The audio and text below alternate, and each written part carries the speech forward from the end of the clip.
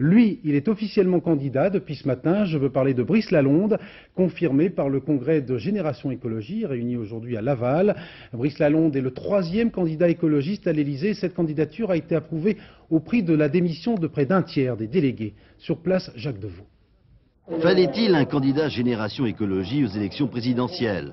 La question a largement secoué le congrès du mouvement, même si le résultat a été très favorable à Brice Lalonde. Oui, 133 voix, 72,7%. Parmi les opposants, un petit groupe a quitté le mouvement. Pour eux, cette candidature symbolise la défaite des idées au profit de la carrière politique d'un homme.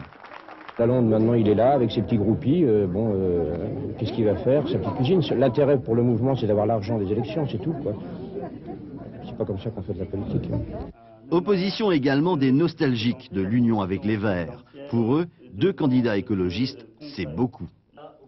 Il fallait d'abord rechercher l'union des écologistes. Cette union, elle a existé lors des législatives. Elle a été volontairement sabordée aussi bien par la direction des Verts actuelle que par la direction de Génération Écologie actuelle. Mais Brice Lalonde est bien décidé à démontrer que l'écologie politique n'est pas morte. Génération Écologie a des choses à dire et ne veut pas se priver d'une tribune. On veut parler aux Français, on veut servir son pays. Et donc l'élection présidentielle, excusez-moi, il n'y a aucune raison que le prochain président de la République oublie l'écologie. On est là pour lui rappeler, même si on n'est pas nombreux. On est là. Il s'agit de freiner la chute ou de commencer la remontée à ce moment-là? Il s'agit surtout d'aider la France, qui va mal en ce moment. Désormais seul maître à bord ou presque, Brice Lalonde envoie Génération Écologie à la bataille, en espérant renverser la tendance et redonner du poids au mouvement écologique.